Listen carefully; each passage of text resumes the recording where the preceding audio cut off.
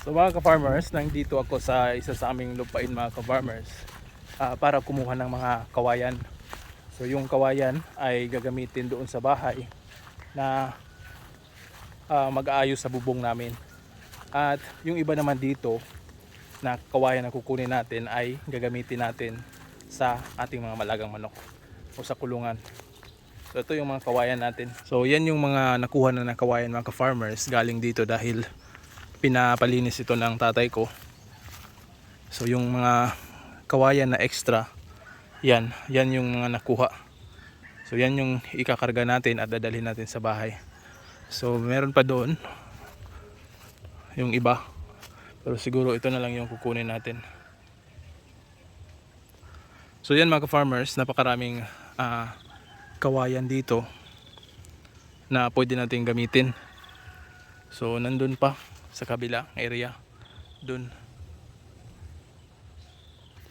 So importante talaga itong mga kawayan mga ka-farmers, lalo na kapag gipit tayo sa budget at kailangan nating bumuo ng kulungan. Itong mga kawayan ay pwede talagang gamitin. So pwede din gamitin ito pang poste ng mga range net. So dito lang kami kumukuha kapag nangangailangan ako ng kawayan. So meron pa kaming isang area doon na merong konti na lang yung natira dahil paubos na yung kawayan doon. Ito yung medyo marami tayong puno ng kawayan dito. Ito mga ka-farmers, gumawa tayo ng mga dapuan ng mga manok. So ito yung mga itutusok natin sa lupa at ito yung magsisilbing dapuan nila. So nakagawa ako nito ng tatlo mga ka-farmers, yan. So itong tatlo ay ilalagay natin dito, ihuhukay natin para malagay yung mga manok, dahil yung mga manok ko dito na tinatalian ay wala silang dadapuan sa gabi. So nasa lupa lang sila. Noon kasi meron niyang tipi, ang problema kasi kahoy yun at nasira na. So hindi pa natin napalitan. Kaya ito, maglalagay muna tayo ng temporary na dapuan sa kanila para naman kapag uulan hindi sila mababasa ng sobra. Dahil kung sa lupa lang sila ay talagang mababasa sila ng sobra. So ito, ilalagay muna natin itong tatlo para mapwesto na yung mga manok natin. Alright. Ang mga kawayan na ito mga ka-farmers ay ito yung mga kinuha natin dun sa isang area natin. Dahil merong ginagawa dito sa bahay na kinakailangan ng kawayan. Ito ay hindi na naman magagamit dahil tapos na silang gumamit nito para magamit natin dito sa ating manukan. Ito, ginawa natin na dapuan ng ating mga alagang manok. So dito natin ilalagay mga ka-farmers. So yan yung mga manok natin mga ka-farmers, wala silang dapuan. So dito ay nilinis ko na. Dito natin ilalagay itong tatlo. Alright. So ito yung manok natin, kahapon natin sinimulan na pakainin ng sapal ng niyog at saka yung ating cattle concentrate. So yan o, nagpapakasta.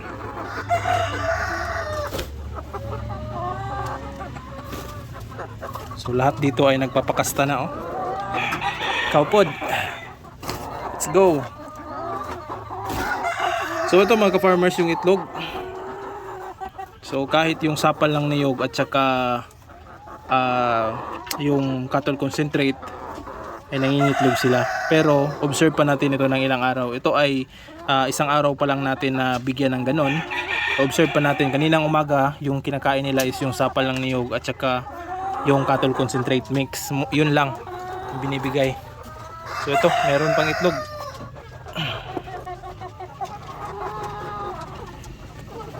So dito sa kabila, yan, wala pa. Itong itlog nila mga ka-farmers, maliliit pa. Ayos lang din ito dahil nagsisimula pa lang silang mangitlog. So sa mga susunod na buwan ay lalaki din itong mga itlog na ito. So mag-observe lang tayo ng mga isang linggo pa bago natin ma-declare o malaman natin kung maganda ba yung feed mixture natin na sapal ng niyog at saka yung cattle concentrate. So kanina yun ang kinakain nila, ngayong hapon yun pa rin ang ibibigay natin sa kanila. So ang binibigyan ko pala nito mga ka-farmers ay itong mga manok na nagsisimula pa lang mangitlog. So dahil hindi natin makakasya lahat ng manok natin ng sapal ng niyog na haluin sa yung mga pampaitlog natin na hinahalo sa cattle concentrate. So ito lang, Bali, nasa mga 50 heads lang yung pinapakain natin ng sapal ng niyog at saka yung concentrate. So mamaya sasabihin ko sa inyo kung magkano yung kilo ng cattle concentrate, kung saan din natin ito mabibili. Alright? So ang presyo ng cattle concentrate mga ka-farmers na ginagamit natin pagpapakain sa ating mga alagang manok ay nasa halagang 25 pesos per kilo. Di ko alam kung sa inyong lugar baka mas mababa pa or mas mahal pa dito. Pero dito sa amin, yun ang kalimitang presyo. So noon, last year data yun, nasa 22 pesos lang yung kilo niyan. Ngayon ay nag-angat na at saka 25 pesos na yung per kilo. Pero para sa akin mga ka-farmers, yung 25 pesos per kilo ay napakababa na. Baba na rin yung presyo na yun. Kumpara sa mga feeds ngayon is nasa mga 39, 40 pesos per kilo. So para sa akin ay swak na swak ito dahil hindi naman natin konti lang naman yung ilalagay natin o ihalo sa sapalang niyog. Hindi naman marami yung ilagay natin sa sapalang niyog. Kaya para sa akin, makakatipid na rin tayo dito. So far mga ka-farmers, kanina nakita ko yung mga manok dito ay nangingitlog naman sila. So 24 hours pa or isang araw pa natin silang na-obserbaran na nagpapakain tayo noon. At so far, nangingitlog pa rin sila. Continuous pa rin yung pangingitlog. So titingnan natin sa mga susunod na araw kung ganun pa ba yung pangingitlog ng ating mga alagang manok. So para sa akin, makakatipid na tayo. At the same time, yung kung ma-prove natin na maganda talaga yung pangingitlog ng mga manok sa ganitong pamamaraan, ay dito na tayo dahil makakatipid na tayo, hindi tayo malalakihan sa gastos ng ating patuka at saka may income pa tayo dahil tuloy-tuloy yung pangingitlog ng ating mga alagang manok. So yun lang mga ka-farmers.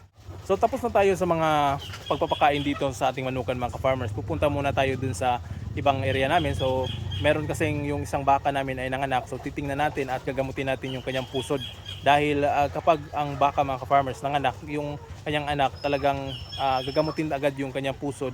Dahil kapag hindi natin magamot yan, lalangawin yon at baka may uod. So kailangan talagang gamutin para safe yung anak ng ating baka. So samahan niyo ako mga ka-farmers at pupuntahan muna natin yung ating baka na nanganak. Let's go! Buang.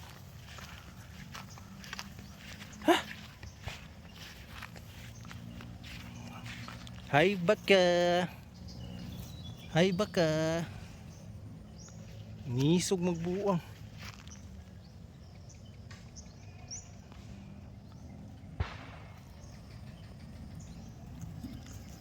Be. So ito mga ka-farmers yung bagong panganak natin na baka. So yung ina niya ay galit na galit. Sinugod tayo kanina. Buti na lang nakatakbo tayo. So yan mga ka-farmers yung kanyang anak. So babae ata mga ka-farmers, pero bukas na natin yan gamutin yung pusod. Dahil hapon na. Tapos itong mama niya galit na galit. So normal lang yan mga ka-farmers na susugod o magagalit yung kanyang ina dahil pinoprotektahan lang niya yung kanyang anak. So papainumin muna natin ito, pero magpapainom tayo konti lang dahil bagong panganak yung baka natin. Alright. So yan mga ka-farmers, konti lang yung tubig, kalahati lang balde yung pinainom natin.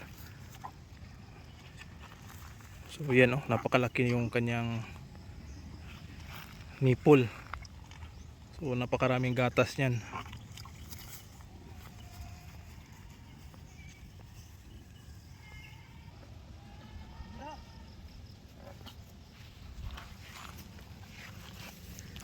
Dasok dire.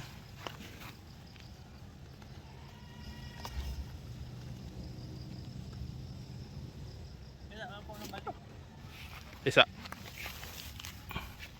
Gi.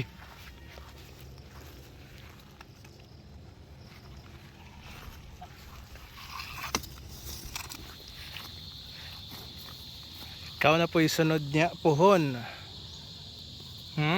Kling.